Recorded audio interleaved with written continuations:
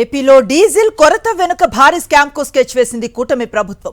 150 కోట్ల రూపాయల భారీ స్కామ్ కి తెరలేపింది. రిటైల్ బంక్ లో డీజిల్ ధర 98 రూపాయలు ఉండగా అదే బల్క్ గా కమర్షియల్ లో కొంటే లీటర్ డీజిల్ ధర 153 రూపాయలుగా ఉంది. అంటే రెండింటి మధ్య 50 రూపాయల వ్యత్యాసం ఉంది.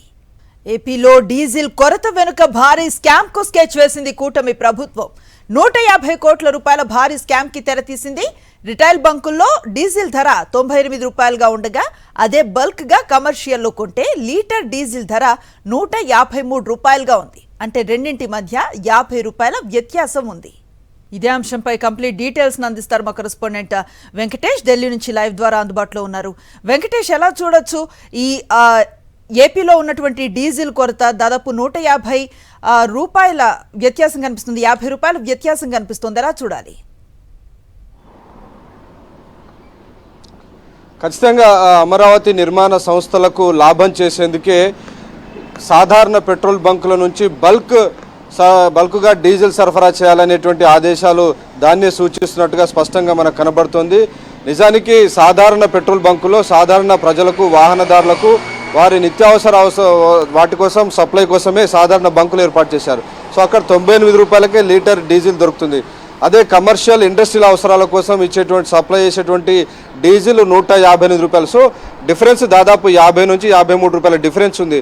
సో ఈ డిఫరెన్స్ నేపథ్యంలో సాధారణ పెట్రోల్ బంకుల నుంచే బల్క్గా సరఫరా చేయాలని చెప్పి రాష్ట్ర ప్రభుత్వం ఆదేశాలు ఇచ్చింది. సో దాని ఫలితంగా ఒక్కో లీటర్ పైన ఏకంగా 50 రూపాయల వరకు ఈ కంపెనీలకు, నిర్మాణ సంస్థలకు లాభం చేకూరేలా ఈ ఉత్తర్వులు ఇచ్చారు. సో దాని కారణంగానే ఒక్కొక్క లీటర్ నుంచి 50 రూపాయల కనుక లాభం వస్తే ఆల్మోస్ట్ 3 కోట్ల లీటర్లకు సంబంధించినటువంటి బల్క్ సరఫరా చేయాలి 4 నెలల వ్యవధిలో అని చెప్పి రాష్ట్ర ప్రభుత్వం ఆదేశాలు ఇచ్చింది. సో మొత్తానికి ఇదంతా కనుక చూస్తే ఒక్కో లీటర్ పైన 50 లెక్కన చూస్తే దాదాపు 3 కోట్ల లీటర్ల పైన 150 కోట్ల రూపాయలకు పైగా లాభం చేకూర్చేటువంటి ఎత్తుగడ, నిర్మాణ సంస్థలకు లాభాలను చేకూర్చేటువంటి ఎత్తుగడలో భాగంగానే ఈ సర్క్యులర్ విడుదల చేశారనేటువంటి వాదన వినిపిస్తుంది. సో ఆ నేపథ్యంలోనే ఈ సర్క్యులర్ పూర్తిగా చట్ట వ్యతిరేకమని కూడా కేంద్ర ప్రభుత్వం చెప్తోంది. కేవలం మనమే కాదు, కేంద్ర ప్రభుత్వం స్పష్టంగా చెప్తోంది. కేంద్ర ప్రభుత్వం ఇచ్చినటువంటి లేఖలో క్లియర్గా డెఫినెట్గా దీనికి సంబంధించినటువంటి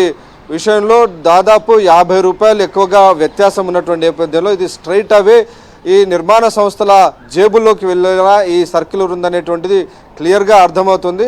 సో ఆ నేపథ్యంలో ఆల్మోస్ట్ కేవలం అమరావతిలోనే కాదు, అనేక చోట్ల కూడా ఈ రకమైనటువంటి సర్క్యులర్స్ డిస్ట్రిక్ట్ కలెక్టర్స్ కూడా ఇస్తున్నట్టు తెలుస్తుంది. సో ప్రస్తుతానికైతే రాష్ట్ర ప్రభుత్వంని హెచ్చరిస్తూ కేంద్ర ప్రభుత్వం లేఖ రాసింది. కేంద్ర ప్రభుత్వం పెట్రోలియం శాఖ కార్యదర్శి నీరజ్ మిట్టల్ స్వయంగా లేఖ రాశారు. వెంటనే రాష్ట్ర ప్రభుత్వం చేస్తున్నటువంటి ఈ చర్యలన్నిటిని కూడా ఆపివేయాలి, ఆ ఉత్తర్వులను వెంటనే విత్డ్రా చేయాలని చెప్పి కేంద్ర ప్రభుత్వ కార్యదర్శి నీరజ్ మిట్టల్ రాష్ట్ర ప్రభుత్వానికి లేఖ రాసినటువంటి పరిస్థితి. సో 24వ తేదీన రాష్ట్ర ప్రభుత్వం లేఖ రాసింది. సాధారణ రీటైల్ అవుట్లెట్స్ నుంచి బల్క్గా మాకు డీజిల్ సప్లై చేసేలా వాటన్నిటిని అందుబాటులో ఉంచాలని ఇప్పటికే లేఖ రాసింది. వెంటనే ఆ లేఖ ఉపసంహరించుకోవాలి, లేదంటే ఎసెన్షియల్ కమోడిటీస్ యాక్ట్ కింద చర్యలు తీసుకోవాల్సి ఉంటుంది. సో ఎసెన్షియల్ కమోడిటీస్ యాక్ట్ ప్రకారం ప్రజల నిత్యావసర వస్తువులకే తొలి ప్రాధాన్యత ఉంటుంది, కమర్షియల్ అవసరాలకు ఆ తర్వాత ప్రాధాన్యత ఉంటుంది. కాబట్టి సాధారణ ప్రజలు పట్టుకునేటువంటి పెట్రోల్, డీజిల్ పట్టుకునేటువంటి సాధారణ కేంద్రాల్లో పెద్ద పెద్ద నిర్మాణ సంస్థలు ఒకేసారి 10,000, 20,000 లీటర్లను కనుక ఊడ్ చేస్తే సాధారణ ప్రజలకు డీజిల్ దొరికేటువంటి అవకాశం లేదు.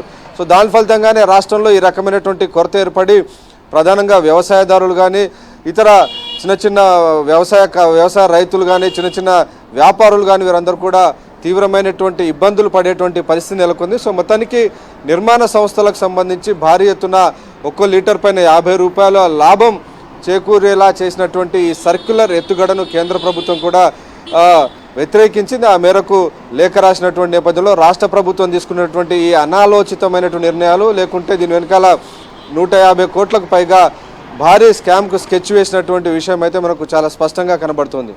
అంటే కొన్ని సంస్థలకు ప్రయోజనం చేకూర్చే ఉద్దేశంతో సామాన్యుల నడ్డి విరిచే ఈ తరహా నిర్ణయాన్ని ఎలా చూస్తున్నారు ప్రజలు? కేవలం సామాన్యుల నడ్డి విరవడమే కాదు, సామాన్యులకు ఏకంగా డీజిల్ కూడా అందుబాటులో లేనటువంటి పరిస్థితి మనం చూస్తున్నాం.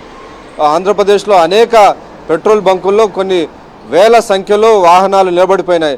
అందరికీ రేషన్ విధిస్తున్నారు. అలాగే వ్యవసాయదారులకు డీజిల్ దొరకనటువంటి పరిస్థితి, చిన్న వ్యాపారులకు డీజిల్ దొరకనటువంటి పరిస్థితి, మొత్తం ఒక రకంగా దైనందిన జీవితం అంతా కూడా ఆగిపోయేటువంటి పరిస్థితి నెలకొంది. సో దీనికి అంతటికీ కారణం రాష్ట్ర ప్రభుత్వం ఇచ్చినటువంటి circular. Civil supply commissioner Kannababu ఏదైతే ఇచ్చారో సాధారణ పెట్రోల్ బంకుల నుంచి భారీ ఎత్తున బల్క్గా సరఫరా చేసేటువంటి డీజిల్కు సంబంధించినటువంటి స్టాక్ ఇవ్వాలి, అక్కడి నుంచి వీటిని కొనేలా సంబంధించినటువంటి చర్యలు తీసుకోవాలని ఆయిల్ కంపెనీలకు ఆయన ఆదేశాలు ఇచ్చారు. సో దాని ఫలితంగా కంప్లీట్గా అదంతా కూడా డైవర్ట్ అయ్యేటువంటి పరిస్థితి ఏర్పడింది. నిజానికి డైవర్షన్ చేయొద్దు, ఈ డైవర్షన్ చేస్తే సామాన్య ప్రజలు ఇబ్బందులు పడతారు కాబట్టి డైవర్షన్ చేయొద్దని కేంద్ర ప్రభుత్వం స్వయంగా లేఖ రాసింది. అయినప్పటికీ రాష్ట్ర ప్రభుత్వం ఇప్పటివరకు దానికి సంబంధించి ఆ లేఖను ఆపేస్తున్నట్టు, ఆ లేఖలో తీసుకున్నటువంటి విషయాలకు సంబంధించినటువంటి రద్దు చేస్తున్నట్టు కానీ ఎక్కడ కూడా రాష్ట్ర ప్రభుత్వం ఇప్పటివరకు అధికారికంగా ప్రకటించలేదు. ఇప్పటివరకు ఇంకా అది ఎన్ఫోర్స్మెంట్లోనే ఉంది.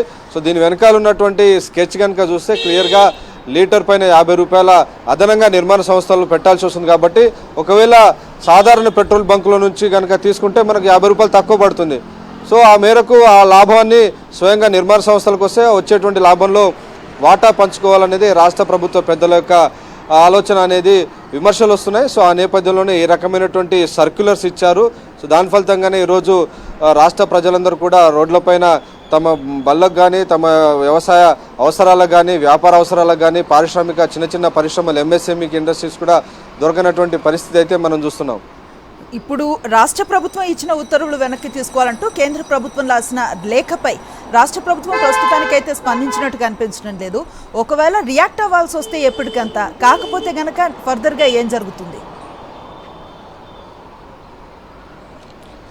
నిన్న ముఖ్యమంత్రి చంద్రబాబు నాయుడు ఆయిల్ కంపెనీలపైన తీవ్ర ఆగ్రహం వ్యక్తం చేసినట్టుగా కొంత లీకులు వచ్చాయి. కానీ అసలైనటువంటి నిర్ణయం తీసుకున్నదే రాష్ట్ర ప్రభుత్వం. సో ఆయిల్ కంపెనీలపైన ఆగ్రహం వ్యక్తం చేస్తూ నెపం వాటిపైన నెట్టివేసేటువంటి ప్రయత్నం రాష్ట్ర ప్రభుత్వం చేస్తుంది. కానీ అసలు తీసుకున్నటువంటి నిర్ణయంలోనే చాలా తప్పుడు నిర్ణయం తీసుకున్నారని కేంద్ర ప్రభుత్వం ఎత్తి చూపుతుంది. 25వ తేదీనే కేంద్ర ప్రభుత్వం లేఖ రాసింది. సో ఈరోజు 28, దాదాపు 3-4 రోజులు అయింది. అయినప్పటికీ ఆ లేఖను విత్డ్రా చేసుకోలేదు.